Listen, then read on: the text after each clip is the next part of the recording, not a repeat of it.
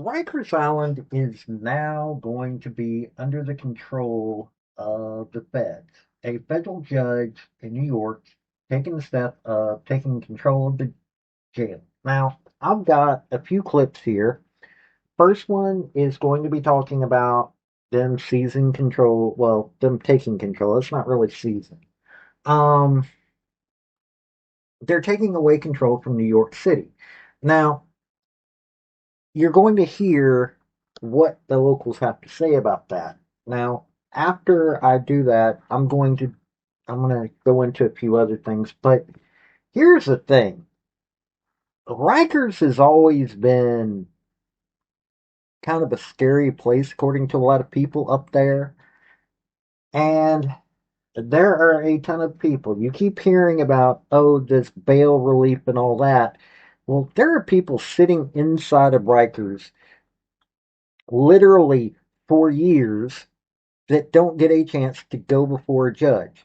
They're arrested, and then they spend years before they go to a judge over what they were arrested over. No joke. That's how it goes in New York City.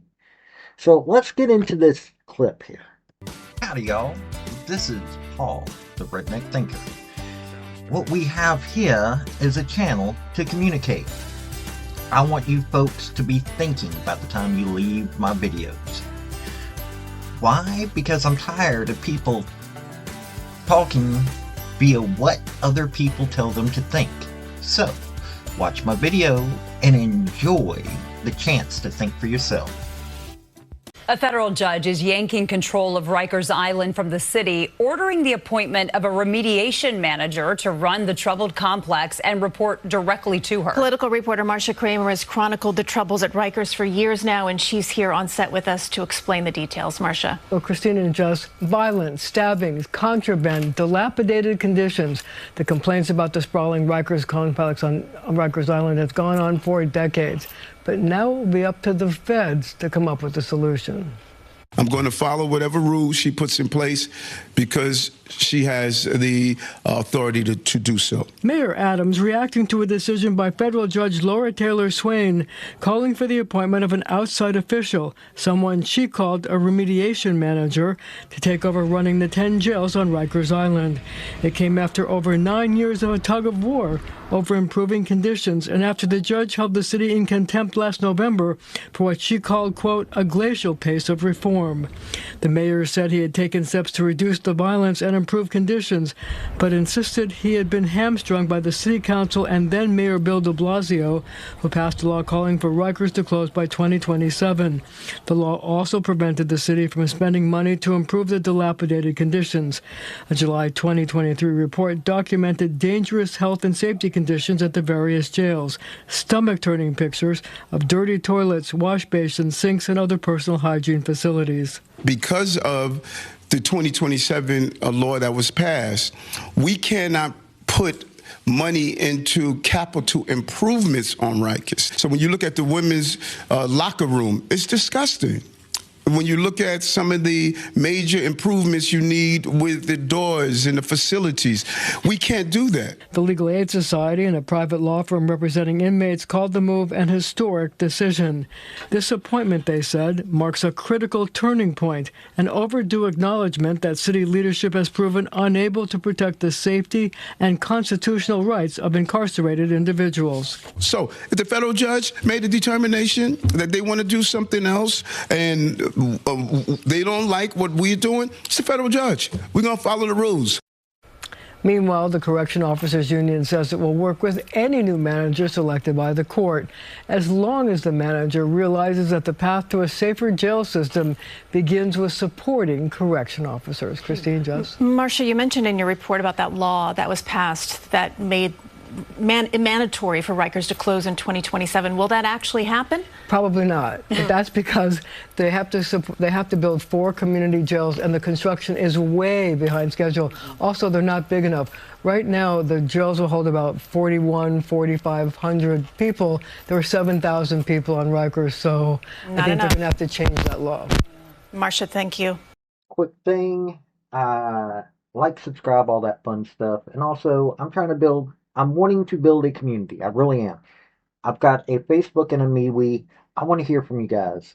Down in my link tree down below, for you to go to. Like I said, I want to build a community. I want to hear what others are wanting to hear about that I may not have known is going on. Now, as for Rikers, you're going to hear in these next two clips. In a month's time, 5 people passed away that were in Rikers. Now, they're only going to be talking about the one death. And then you're going to hear after that short video that I've got, it's from the local news there. A local news organization in the second clip is going to go over and it's going to show you how inept the leadership was when it came to the Board of Corrections and why it is that you've got the problem that you do in the city of New York. New York City is a crazy place, and this is what you're going to see what exactly goes on. Another name added to what many call a humanitarian crisis on Rikers Island. The Department of Correction confirming 27-year-old Deshaun Jenkins died while in custody Monday night. According to court documents, Jenkins was charged with burglary and criminal possession of stolen property in Queens last summer. He was locked up since July. The Legal Aid Society calling his death a stark reminder of the ongoing human rights crisis unfolding at Rikers Island. The Freedom Agenda says most people in custody at Rikers have not yet been convicted and are still waiting for their day in court. As of Monday, there were 7,106 people in custody on Rikers, the highest total since 2019. Recent studies show more than half struggle with a mental health illness. The Department of Corrections doesn't have the skills or expertise to deal with the mental health crisis in our city. We give them the best medical care we can do, the best emotional care we can do, but people enter Rikers with real health issues. Advocates demanding Rikers be put into receivership, which would take authority over the jails from the mayor. It's currently under consideration for federal takeover and remains behind schedule for its 2027 closure. Welcome back to Inside City Hall.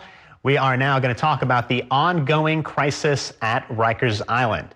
I'm joined now by our reporter, Courtney Gross, who's going to talk about some of the ongoing controversy, particularly at the Board of Correction, where there's been a lot of turmoil over these last couple of days. That's right. There's been a lot of turmoil, one might say, over the last couple of months. And a lot of this controversy is centered on the board chair. And we saw that all kind of come to a head this week. I'm up for the task. Dwayne Sampson has not been the chair of the New York City Board of Correction for very long. I look forward to serving. I thank the mayor for this appointment and his team.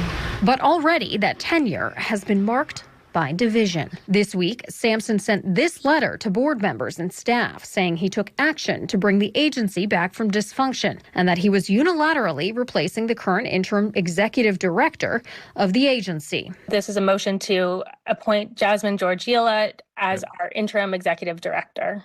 Quickly, a majority of the board members gathered on Monday to put a stop to the move. They kept their current executive director and they changed the board's bylaws. Among the changes, changing the chair's job description to, among other things, requiring he maintain relationships with board members and work collaboratively.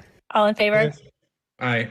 It's a clear indication of a division in the board between some members seen as more progressive and the chair, who is closely aligned with the mayor. Mr. Sampson is bringing a level of experience on how to run a board, and they're going to go through their moments. Nonetheless, the drama follows other controversies and has rattled some confidence in the agency by advocates. Last month, the chair removed 2 longtime board members from a death review committee. Chair, could you explain to me why you removed me from the death committee? And during its May meeting, he tried to remove an advocate from the room.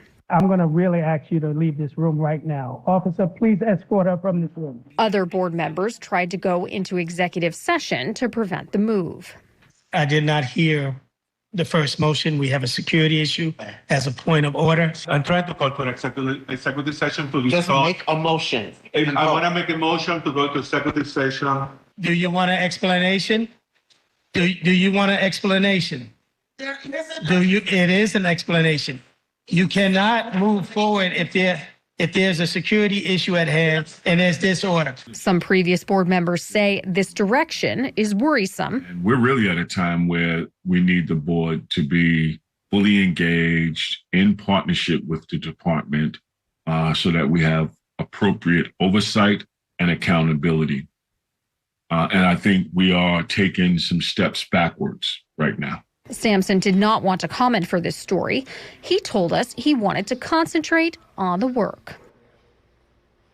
And in other Rikers news, the city controller Brad Lander and the public advocate Jumaane Williams, along with another Board of Correction member, did have an unscheduled visit to Rikers Island today, and they did have a press conference outside of Rikers Island, telling the media exactly what they saw. And I believe we have a soundbite from Jumaane Williams about what he saw on Rikers today. The absolute craziness that I saw in 2021, like that was insanity. That was something on the brink of complete dysfunction. And I don't want to justify that as even being a thing. So compared to where we were, it's leaps and bounds. Compared to what we saw last visit, it's even increased a little bit better.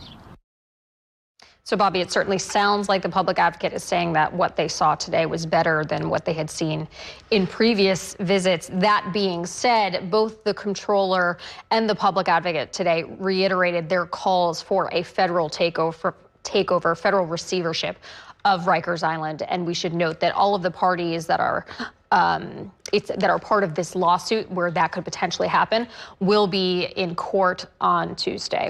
So on Tuesday, does that mean there could potentially be a decision made as soon as Tuesday as to whether a federal receiver could be brought in? I think that is highly unlikely. This is something that the judge in this federal case actually considered last year, whether or not to really start motion practice over this receivership question. And at the time, in November of last year, she denied it, saying, let's give the department a chance. Let's give Louis Molina a chance to really turn things around. Obviously, the narrative has changed within the last couple of weeks because the monitor overseeing Rikers Island had put out a report really calling into question some serious events that have happened in the last couple of weeks or at the end of May. So it's unclear if the receivership question is entirely on the table, but we'll have to wait and see what happens. All right, we'll be keeping an eye on that. Courtney Gross, thank you so much. It is time now. Look, I don't like cities. I'll admit it. I call myself a redneck thinker because, well, yeah, I am a redneck. But, I mean, you're looking at, this started in 2011. Case called Nunez versus City of New York. Group of incarcerated individuals filed a federal lawsuit alleging a pattern of excessive and unnecessary force by staff in New York City jails. 2015, the city agreed to a settlement known as the Nunez Consent Judgment, which laid out hundreds of required reforms to reduce violence and improve oversight. This has been going on since 2011. Seriously. And they still haven't been able to fix it.